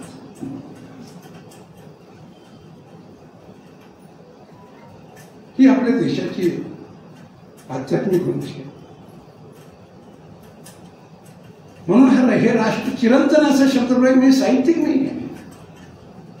आणि मग मंदोदरी फार मोठ्यावरून असं उत्तर देते की मी असं बघायला की ज्या माझ्या नवऱ्याने कुबेराला हरवलं, शंकराला सुद्धा अडचण निर्माण केली, कैलास पर्वत हलवून टाकला, त्याचं स्तोत्र शंकराबद्दलचं जगन्मान्य झालं वगैरे वगैरे वगैरे असं रावणाचं सत्य वर्णन आहे.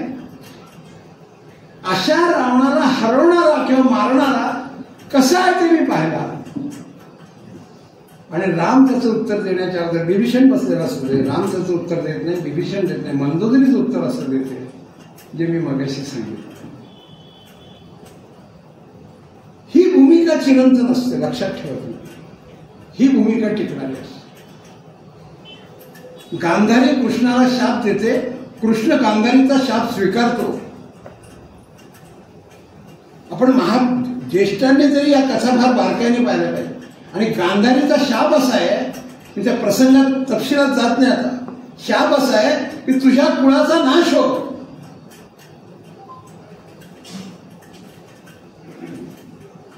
आणि कृष्णाचं उत्तर असं आहे, आई तुम्ही दिलेलं ते काही मला आता हा मी आशीर्वाद समजतो. विचार कराय वाक्य. आणि गांधारीला पश्चाताप होतो तर गांधारी असं म्हणते मी संतापाच्या भरात, कारण माझे 100 पुत्र मारले गेले, या संतापाच्या भरात मी काहीतरी बोलून बसले, मी माझे शब्द मागे घेते. तेव्हा कृष्णाने असं म्हटलं, असं मागे घेऊ नका, तुमचं पहिलं म्हणणं बरोबर आहे. आणि कृष्णाच्या सर्व यादव कुळाचा महाभारतात, कृष्णाच्या सगळ्या महाभारत संपल्यानंतर यादव कुळाचा नाश झाला. अशा शापाना नाश होतो का वगैरे अशी त्याची चर्चा तो स्वतंत्र वेगळा विषय आहे. हा स्वीकारतो. ज्या कृष्णाला प्रत्येक युद्धाच्या मारेकऱ्याच्या वेळी प्रत्येक वेगवेगळ्या प्रकारची बुद्धी सुचलेली आहे, त्याने शिखंडीला उभं केलाय, त्याने नरवा कुंजरावा म्हटलंय, त्याने आत्ताच तुम्हाला असं म्हणताना कर्णाला मारताना अर्जुनाला सांगितलं की हाच क्षण आहे. मग गांधारी तेवढी काही बुद्धी नव्हती काय कृष्णाला? आणि गांधारीला निरुत्तर करता आलं नसतं का कृष्णाला? आईची जागा आहे.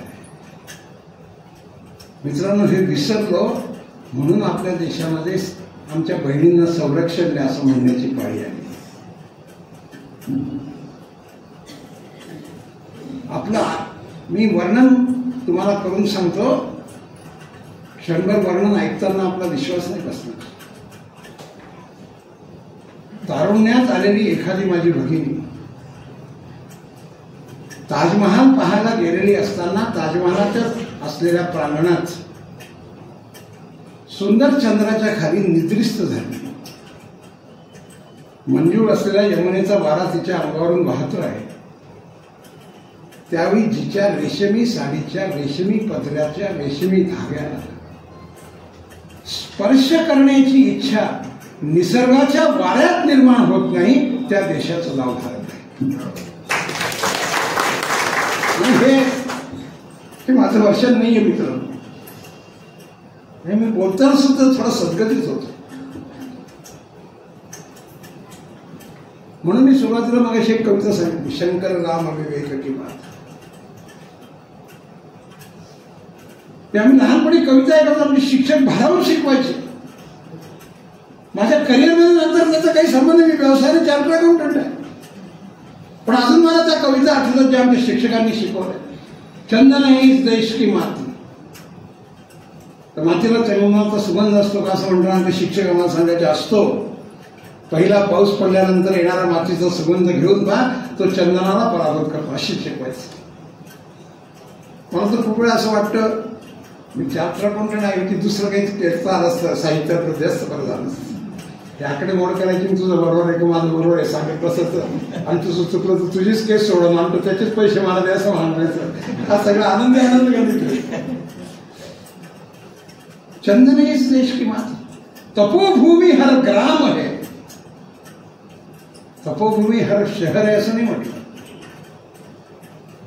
हर बाला देवी की प्रतिमा बच्चा बच्चा राम है.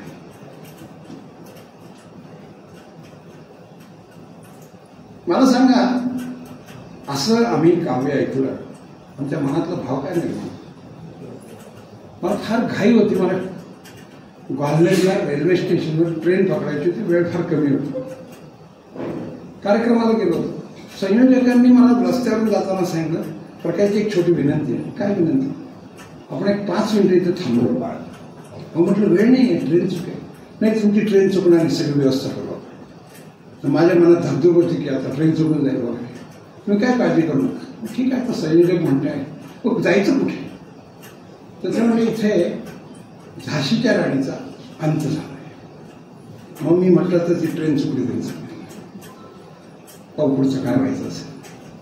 आणि मी तिथे ती कथा ऐकली, माझ्या अंगावर इतके शहारे आले. मी त्या दिवशी ग्वाल्हेरून जळगावला उतरेपर्यंत मी रेस्टलेस होतो. तिथे कुटीर छोटीशी झोपडी होती आणि लढता लढता शेवटी तिथे आली होती झाशीची राणी.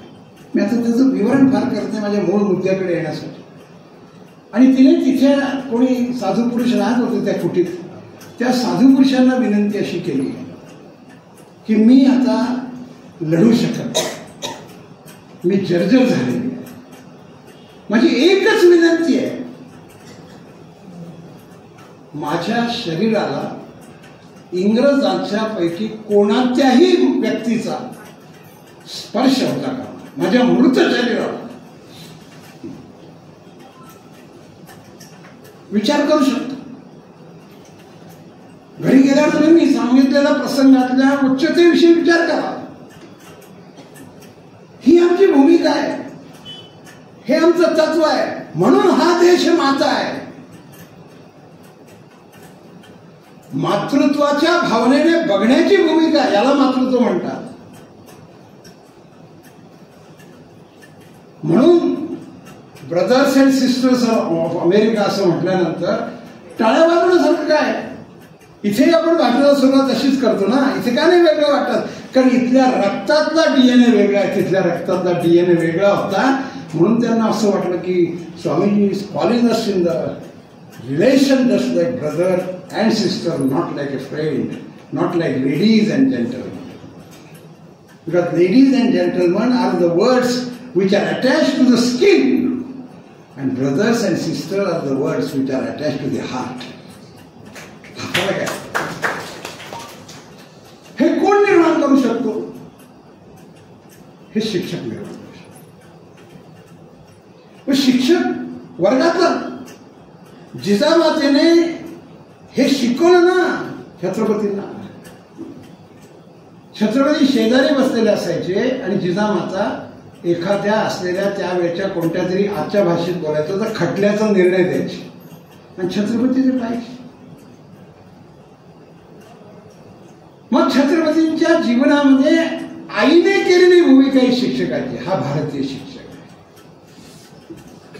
जिथे तुमच्या मनाला असं समृद्ध केलं जातं, विकसित केलं जातं,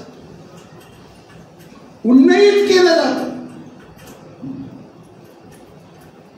जिथे तुम्हाला सौंदर्यापेक्षा पावित्र्याची कल्पना जास्त महत्वाची वाटते,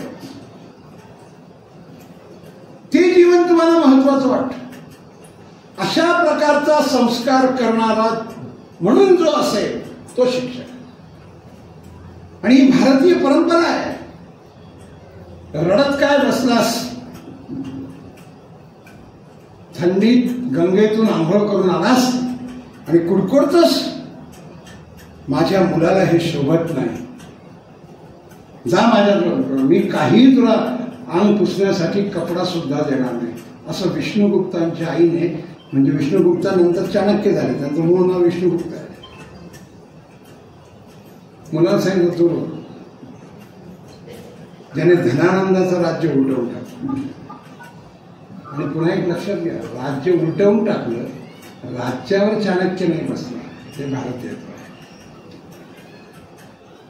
सगळा उपभोग घेतला आणि आपल्या स्वतःच्या शयनगृहातून एक जाणार अंत्यसंस्कारासाठी निघालेलं एक प्रेत बघितलं आणि सिद्धार्थ असं म्हणाला, असं जीवन असतं, जीवनाचा हा अंत आहे आणि मी तर सगळ्या संपत्तीसाठी गोळा करायला लागलो. आणि त्याच्या बिंदूच्या मधून तुम्हाला आम्हाला बुद्ध नावाचे व्यक्तिमत्व मिळाले. हे भारतीय शिक्षण. भारतीय शिक्षणाचा मूलभूत पैलू असा आहे की मानवी जीवनामध्ये आवश्यक असलेले सगळे बिंदू पेरायचे आणि तेव्हा तो विद्यार्थी कोण आहे हे नाही बघायचं. आणि अशा जोड्या, मी मागे एकदा थोडं बोललो होतो, अशा जोड्या पण डॉक्टर आंबेडकरांना शिकवणारे कोण होते, डॉक्टर आंबेडकरांनी त्यांच्या शिक्षकांविषयी काय म्हटलं, सावरकरांना शिकवणार कोण होते, गोखलेंशी गांधींचा झालेला संवाद हा गुरु शिष्य संवाद आहे, कसे होते. अशा जोड्यात अनेक सांगता येत. आणि ही भूमी एक अशी वैशिष्ट्यपूर्ण भूमी आहे की इथे शिकवणारा मूल्य शिकवतो तो तुमच्या अर्थानं पुस्तकी पंडित असला पाहिजे असं नाही, जे पाश्चिमात्य देशात आहे. विवेकानंदांचे गुरु हे अशिक्षित आहेत. रामकृष्ण परमहंस शिकलेले नाहीत. एक अशिक्षित मनुष्य जगाच्या व्यासपीठावर ज्ञानाचं पसायदान गाणाऱ्या एखाद्या माणसाची निर्मिती करतो, हे भारतीय शिक्षक आहे. आणि हे इथेच घडू शकतं. अशी उदाहरणं अन्यत्र नाही. अन्य देशातली मंडळी हे पाहून असं म्हणतात, अरे याच्यात एक किंमत आहे.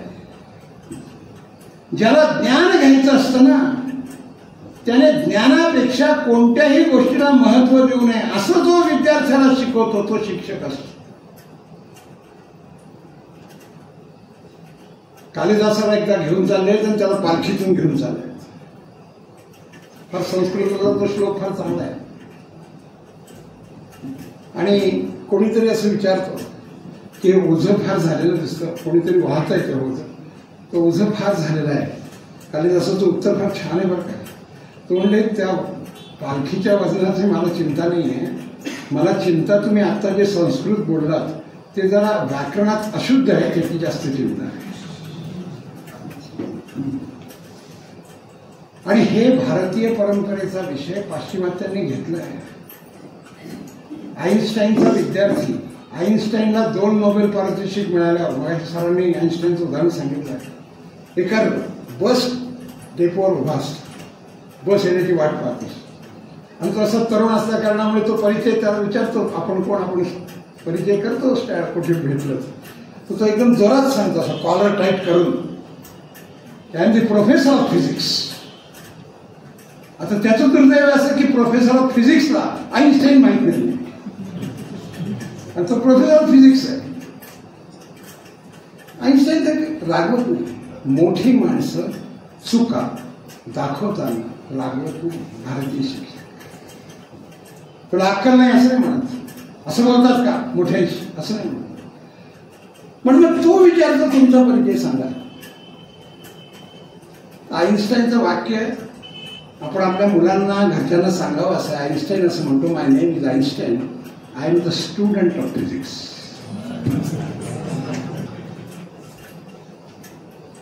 आणि आईन्स्टाईनने हे कोट करताना असं म्हटलंय, this philosophical thought is not of mind, I have read so many great souls. Soul हा शब्द वापरलाय आईन्स्टाईनने, including Swamiji, who has delivered various lectures on Vedanta, has told me that you never grew up to a very great extent. ज्ञानाची ज्याला भूक असते त्याचं कधीच पोट भरत नाही आणि ज्ञान मिळण्याच्या कोणत्याही ठिकाणापासून तो स्वतःला दूर ठेवत नाही. हे भारतीय शिक्षण आहे. नाही तर साधारणपणे आता दादाला माहिती तुमचं क्वालिफिकेशन काय, प्रश्न विचारण्याचा अवकाश, त्याचा प्रश्न संपत नाही, त्याच्यात माझा जोर सुरून जातो. जणू काय आता माझ्या इतकं कोणी शिकलेलं नाही, त्याच्या बोलण्याचे उत्तरावर नाही करत. ज्याला गर्व आहे, जो नम्र नाही, ज्याच्यात कृतज्ञता नाही, जो आरूढतेची भाषा करतो, जो दृढतेने वागत नाही, दृष्टतेने वागतो, तो शिक्षक नाही, भारतीय परंपरेचे. असा भारतीय शिक्षक असं राष्ट्र निर्माण करतो, असा आजचा विषय. आणि ही माणसं अशी होती की नव्हती? उत्तम प्रकारचा शिक्षक हा इतका वेगळा असतो, मी तुम्हाला सांगतो. लाल बहादूर शास्त्रींची आई एका रेल्वे स्टेशनवर रात्रीच्या वेळी जाते आणि गाडी सुटून जाते आणि त्यामुळे त्यांचा चेहरा थोडा कावरा लागला. कुली त्यांच्याकडे पाहतो आणि असं म्हणतो की काय आपल्याला काही अडचण आहे का? म्हणतो माझी गाडी गेली आहे, तर सकाळपर्यंत काही गाडी नाही. मग तो कुली विचारतो, घेऊन जातो, वेटिंग रूममध्ये बसवतो वगैरे. आणि मग काय आपलं नाव काय वगैरे, आपला मुलगा काय करतो? मलाच काही सांगता नाही, पण मी माझ्या मुलाला लाल म्हणते. पण लाल म्हणजे नाही, मी लाल म्हणते, पण बाकीचे लोक त्याला लाल बहादूर शास्त्री म्हणतात. आणि मी आता एकच वाक्य बोलतो. हा प्रसंग घडला तेव्हा लाल बहादूर शास्त्री हे केंद्र सरकारमध्ये रेल्वे मंत्री होते.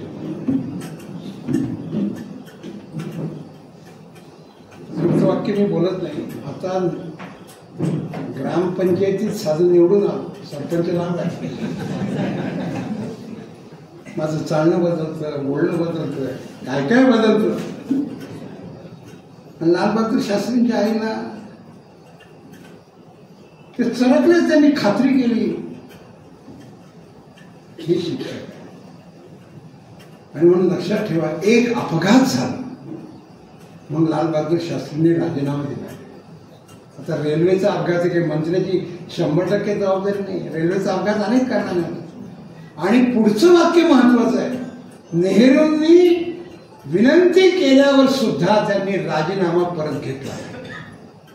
ही माझी मॉरल रिस्पॉन्सिबिलिटी. हे शिक्षक.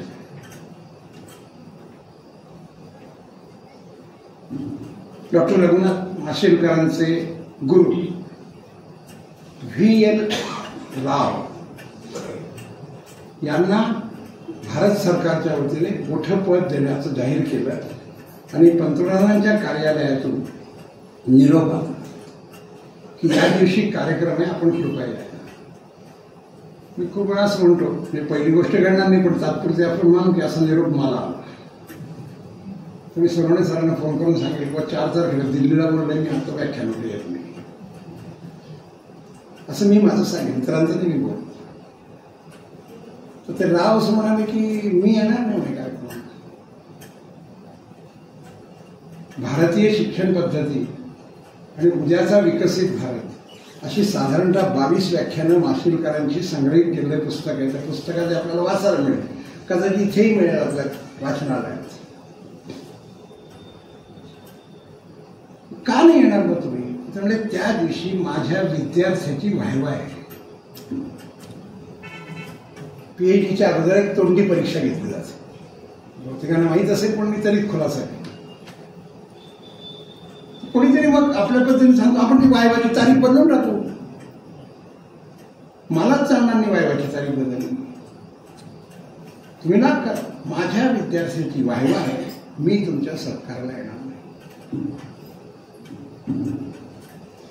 ही अकॅडमिक आहे. आणि ही ज्यांच्यात असते ते राष्ट्र निर्माण करतात. त्यांना दुसरं काही नकोच नाही. तुम्ही पक्क लक्षात ठेवा, पक्क लक्षात ठेवा. जनरल माणेकशॉंना इंदिरा गांधी असं विचारला गेल्या होत्या आणीबाणीच्या काळात. जनरल माणेकशॉ फार कडक लष्कर प्रमुख म्हणून प्रसिद्ध होते. ते त्यांच्या 90 नंतर गेले, फारच कडक. क्षणभर इंदिराजींना सुद्धा असं वाटलं की हे काही करून नाही बसलं, लष्कराचे प्रमुख आहे असं.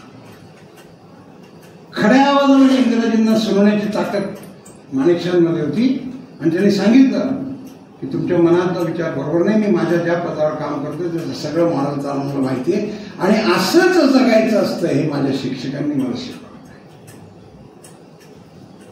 एक लक्षात ठेवा, वटवृक्ष निर्माण होतो मित्रांनो, त्यावेळी त्याची जी पारंबी जमिनीत गेलेली असते ना तिचं मोल फार मोठं असतं. भारतीय चिंतनामध्ये अशा ज्या पारंब्या असतात त्या अशा वेगवेगळ्या ठिकाणी पोहोचलेल्या आहेत. मी विद्यार्थी म्हणून चांगला विद्यार्थी म्हणजे उत्तम विद्यार्थी, हुशार विद्यार्थी नव्हतो. माझ्या शिक्षकांनी मला उत्तम विद्यार्थी केलं म्हणून मी एरोनॉटिकल इंजिनिअरचा विद्यार्थी झालो. डॉक्टर कलाम. तुम्ही अशी जोड्या लावून मोठ्या लोकांची, आपण हे वाक्य नारळीकरांना लावू शकतात, माशेलकरांना लावू शकतात. माशेलकर आणि भावे, गप्पर प्रधान आणि पटवर्धन, मी जोड्या सांगताय तुम्हाला. आणि मी आता चाणक्य चंद्रगुप्त नाही सांगत आहे. या जोड्या 100 वर्षाच्या पेक्षा कमी काळातल्या आहेत. म्हणजे परंपरा कुठून सुरू झाली आणि कुठपर्यंत आहे आणि ही टिकवायची आहे, ही निभवायची आहे, ही सरकवायची आहे, हिला खतपाणी घालायचं आहे. माझ्या कालखंडात त्याला फूल येईल, कळी येईल, येणार नाही. माझं काम मी करायचं आहे. शेतकरी ज्या अर्थानं पेरणी करताना करतो तसं करायचं. ही भूमिका ज्यांच्या मनात असते ते भारतीय शिक्षण.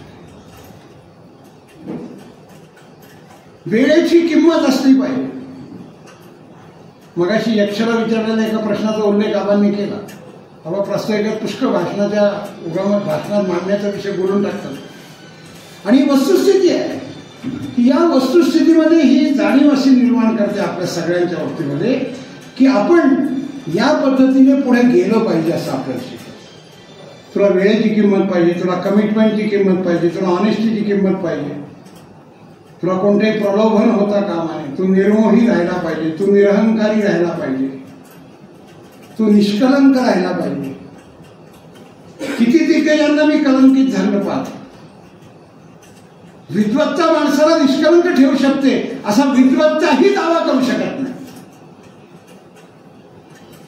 निष्कलंक हा संस्काराचा विषय, निष्कलंक हा पावित्र्याचा विषय आणि प्रलोभनाने कोणतीही व्यक्ती केव्हा कशी विरघळेल हे सांगता येत नाही. प्रलोभनाची ती ताकद असते.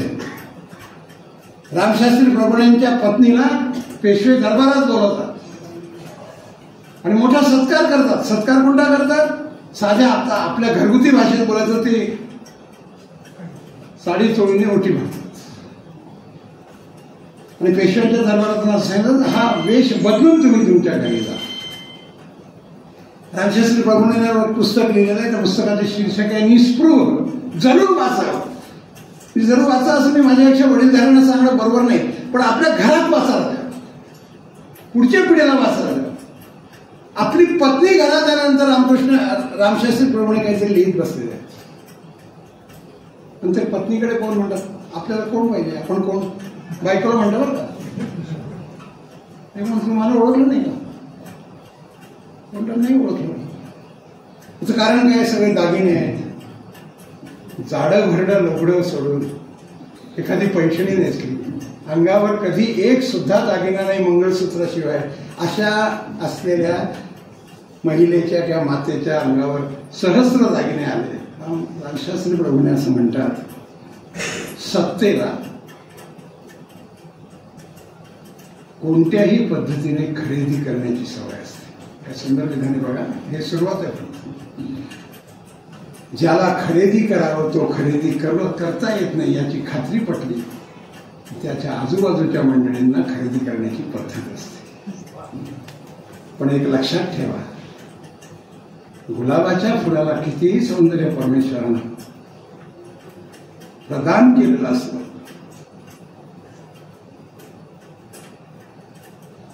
तरी त्याला तुळशीच्या पावित्र्याची सर आहे.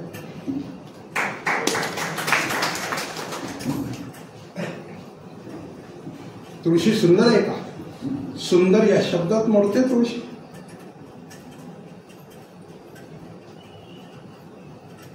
आणि मी माझी सवय आहे,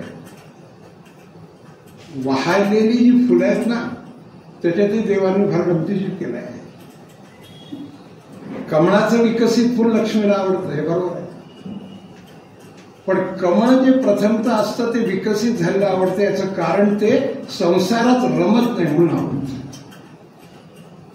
कमळाचं फुल आणि लक्ष्मी असं एक पुस्तक आहे. कारण कमळ हे पाण्याच्या वर असतं आणि कमळाचं खालचं देठ हे पाण्यात असतं. जे पाण्यात आहे म्हणजे संसारात आहे, तरी संसारात रमत नाही, ते कमळ आहे. आपण काय छान दिसतं छान. छान हा शब्दप्रयोगच मुळात रिलेटिव्ह आहे. कोणाला जास्वंद आवडेल, कोणाला आणखी काय आवडेल, कोणाला चाफा आवडेल, आणखी काय आवडेल फुलांचे, एखाद्याला निशिगंध आवडेल. पण सौंदर्यापेक्षा पावित्र्याची पूजा ही भारतीय शिक्षणाची परंपरा आहे. मी काही करून आलो असं मानायचं. स्वामीजींच्या जीवनात एक फार छान प्रसंग आहे विवेकानंदाचा. मी मुद्दाम वर्ष सांगतो. 1901 साली ते हिमालयात गेले. त्यांचा मृत्यू 1902 सालाचा. म्हणजे किती माहिती झाली आहे. आणि एका देवीच्या मंदिराला नमस्कार करताना देवीला असं म्हणतात ते मोठ्याने, माते, मनातला भाव फार चांगला आहे बरं का, पण शब्द ऐका, माते मी तुझ्या मंदिराचा जीर्णोद्धार करीन, तू काळजी करू नकोस. आणि असं त्यावेळेच्या दृष्टांतात एक कथन असं की गाभाऱ्यातून एक असा आवाज होतो, नरेंद्रा देवीला काळजी करू नको असं म्हणणं इतका तू कधी मोठा झालास. हे विवेकानंदांच्या बाबतीत आहे. त्याच्या नम्रतेची जगानं पूजा केली, त्याच्या विद्वत्तेची जगानं पूजा केली, त्याच्या चारित्र्याबद्दलचा डंकोरा जगानं पिटला आहे. असे उच्चतमतेला सुद्धा असा स्पर्श होऊ शकतो. त्याचं कारण असं आहे, जे जे उच्च आहे त्याला केव्हा न केव्हा तरी अशी दूषितता येऊ शकते. उत्तम पिकालाच नकळत कीड लागते. अशी कीड न लागू देण्याचं सामर्थ्य असलेल्या व्यक्तीचं नाव भारतीय शिक्षक. हे नाही लागू देणार माझ्या विद्यार्थ्यांना. मी प्रयत्न करेन त्याच्यासाठी. याच्या उपर माझ्या प्रयत्नाच्या पलीकडे काय घडलं गोष्टी. उदाहरणं द्यायची ठरली ना, खरंच वेळ पडला. म्हणजे मूल्यांची पेरणी आणि जगाच्या कल्याणाचा ध्यास. वसुधैव कुटुंबकम. आम्हाला सत्ता मिळायची याचा आज जगातल्या सगळ्या राष्ट्रांमधला संघर्ष कसा आहे. इस्रायल पॅलेस्टाईनचा संघर्ष काय, युक्रेन रशियाचा काय, त्यावर मदत करताना लोकांची स्ट्रॅटेजिकल बिहेवियर काय, तो वेगळा विषय आणखी. आम्ही असं नाही म्हणतो. आम्ही पाकिस्तानला नामहरण करून पीओके घेऊ शकतो, इतकी भारताची आज ताकद आहे.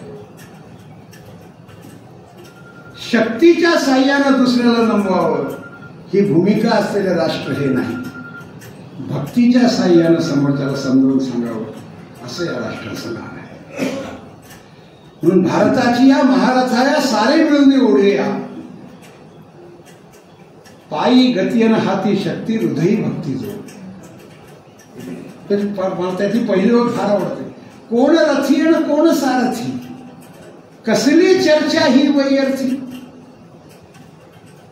आता एखादा कार्यक्रम झाला तर माझ्यामुळे कार्यक्रम झाला हे म्हणण्याकरता इतके लोक येतात की समोरच्याला असा प्रश्न पडावा की कोणाचं नाव टाकावं.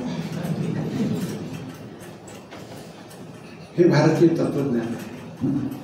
याला मी मगाशी एक शब्दप्रयोग वापरला, विकृतीचे असलेले हे किडेचे प्रसंग, कीड लागलेल्या सगळ्या गोष्टी दूर करण्याचं पुढच्या पिढीला सांगायचं आहे. आणि असं सांगताना त्यांच्यापुढे मोठी माणसं उभी करायची. भगतसिंगाचा फोटो आहे, शास्त्रींवर मी सांगितलं. भगतसिंगांना जो रोज काहीतरी देत होता तो हा आत्या परिभाषेत बोलायचा तर शेड्यूल कास्टचा. तर तो असं म्हणाला, तो मला भगतसिंग असं म्हणाल की तुझ्या हातची भाकरी खायची. तो असं म्हणाला की माझ्या हातची भाकरी तुम्ही कशी काय खाल वगैरे. त्यावेळेस मागण्याचा व्यवहार शिक्षक राष्ट्र. भगतसिंग म्हणतो की मी आता माझे थोडे दिवस राहिले, फाशी जाहीर झाली, तुझ्या हातची भाकरी खाल्ल्याशिवाय काही जायचं नाही. एके दिवशी तो जातो, भाकरी आणतो, त्यांना देतो, ते भाकरी खातात. बाला असं त्याचं नाव आहे. आणि भाकरी काढल्यावर भगतसिंग अशी भाकरी खायला सुरुवात करत तो ढसा रडावतो. तेव्हा भगतसिंग असं म्हणतात की माझ्या आईने खाऊ घातलेल्या भाकरीच्या चवीपेक्षा सुद्धा ही भाकरी जास्त चांगली. डोळ्यातले अश्रू जेवढ्या मोठ्या प्रमाणात माणसाच्या मनाचं परिवर्तन करतात ते शब्दाने होत नाही, ते कायद्याने होत नाही, ते भाषणाने होत नाही, ते आचारानं होते, फक्त विचारानं होत नाही. नुसतं भाषण उत्तम केलं परिवर्तन नाही. भाषण उत्तम केलं तसं वागला नाही हे आपल्या देशातल्या शिक्षकाला अभिप्रेत नाही. म्हणून आपल्या देशातल्या शिक्षकाला आचार्य म्हणण्याची पद्धत आहे. आचार्य याचा अर्थ असा, बोलतो तसा जो वागतो तो. आचार्य या शीर्षकाखाली शेवाळकरांचं एक व्याख्यान आहे, वर्ध्याला झालं, आणि ते त्यांनी विनोबांच्या पार्श्वभूमीवर बोलले. आचार्य विनोबा व्हावे, आचार्य ही संकल्पना त्यांनी कशी आणली वगैरे, असं विस्तृत साधारणतः 90 मिनिटाचं भाषण. ही धारणा आहे. असा शिक्षक निर्माण करण्याचं दायित्व माझ्या रोलमध्ये मला करायचं आहे. वर्गातल्या शिक्षकापुरतं नाही, आपल्याला करायचं आहे. मी सामाजिक प्रबोधन करत असेल तर मी केलं, आणि हे करता येतं. मी चार्टर्ड अकाउंटंट म्हणून काम करत असेल तर मला माझ्या क्लायंटला असं सांगता आलं पाहिजे, पण नियमाने जे असेल ना ते करवा. नियमाच्या बाहेर काय जाऊ, नियमाच्या बाहेर जाऊन कसं करता येतं हे एका फॅकल्टीने मलाही सांगता येतं, पण ती फॅकल्टी नसलेली बरी असं मला वाटतं. तू नियमाच्या बाहेर जाऊन करू, हे शिक्षण आहे. अनावश्यक ट्रीटमेंट डॉक्टरने पेशंटला द्यायची नाही, हे शिक्षण आहे. अवाजवी पैसे घ्यायचे नाही, हे शिक्षण आहे. तुझ्या कष्टाचंही घे.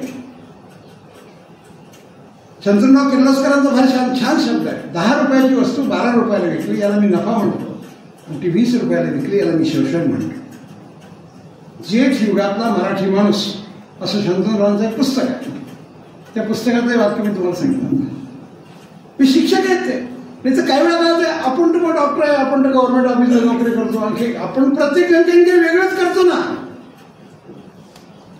चांगली गोष्ट सांगायला, चांगली गोष्ट वाढवायला लौकिकाकरताना शिक्षक होण्याची गरज, त्या वृत्तीने वागण्याची गरज. ती वृत्ती म्हणजे भारतीय वृत्ती. अशी मंडळी होती म्हणून अशी मंडळी निर्माण होऊ शकतात. असं सांगण्याचं धारिष्ट्य ज्या असलेल्या सामर्थ्य संपन्न शिक्षकाच्या असलेल्या कृतीत आहे, मी वाणीत आहे असं नाही म्हटलं. तो राष्ट्र निर्माण करतो, ते राष्ट्र मोठं होतं, ते राष्ट्र विश्वगुरु पदाला जातं. अन्य कोणतेही राष्ट्र विश्वगुरु पदाला जाऊ शकत नाही. या परंपरेने दिलेल्या या साऱ्या गोष्टींचा असलेला विषय आपण आपल्या सामर्थ्याने समाजात रुजवावा. समाजात जाता येत नसेल तर कुटुंबात रुजवावा, आपल्या पाल्यांमध्ये रुजवावा. आणि हे राष्ट्र पुन्हा एकदा अगोदर विश्वमित्र आणि नंतर विश्वगुरु या पदाला जाण्याकरता आपण सगळ्यांनी यथोचित योग्य असे जाणीवपूर्वक प्रयत्न करावेत. असा प्रयत्नाच्या असलेल्या विषयाचं तुम्ही मला तोंडी एक शब्द व्यक्त न करता आश्वासन दिलेलं आहे असं मी गृहीत धरून व्यासपीठाला असं सांगतो की व्याख्यानमालेचं उद्घाटन झालेलं आहे.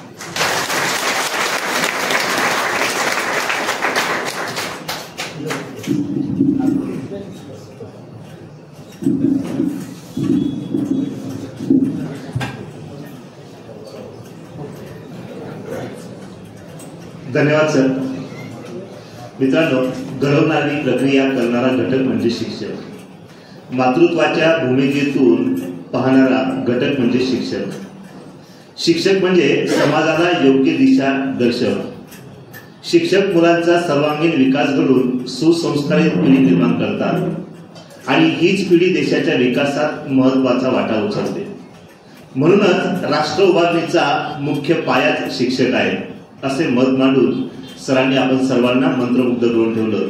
म्हणून पुनश्च एकदा सरांसाठी धन्यवाद व्यक्त करतो. आणि यानंतर भाग्यवान श्रोता निवडीसाठी मी मान्यवरांना विनंती करतो की उपस्थित सदस्यांनी नोंद केलेली आहे आणि त्या नोंदीतून मात्र एक भाग्यवान श्रोता या ठिकाणी निवडला जाईल. आबासाहेब LG सोनवणे यांच्या संकल्पनेतून, यांच्या सहखर्चातून भाग्यवान श्रोता निवडीतून आलेल्या भाग्यवान श्रोत्याला एक पुस्तक या ठिकाणी दिलं जातं. 11 नंबर आहे.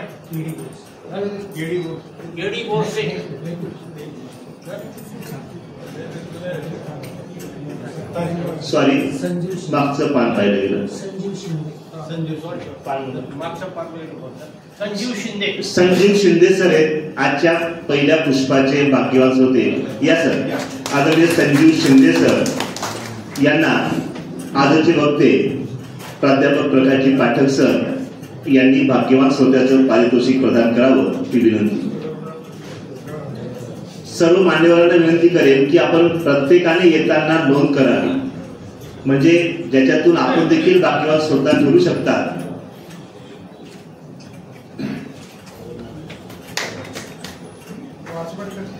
धन्यवाद सर. यानंतर उद्याचा विषय आहे राजश्री शाहू राजसत्ता लोकसत्तेसाठी. या विषयावर आपलं मत मांडण्यासाठी येत आहेत डॉक्टर लीलाधर पाटील अंबळे म्हणून. आणि म्हणून मित्रांनो, आपण सगळ्यांनी कृपया वेळेवर या ठिकाणी उपस्थित राहा. आता यानंतर आभार प्रदर्शनामध्ये आजच्या कार्यक्रमाचे अध्यक्ष, उद्घाटक आणि प्रमुख अतिथी तसेच आपण सगळे सुजान रसिक श्रोते या ठिकाणी पूर्ण वेळ त्या ठिकाणी थांबून राहिला.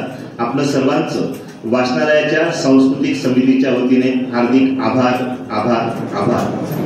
पुनश्च एकदा विनंती करतो की उद्याच्या व्याख्यानासाठी आपण सगळ्यांनी वेळेवर येण्याचा प्रयत्न करावा.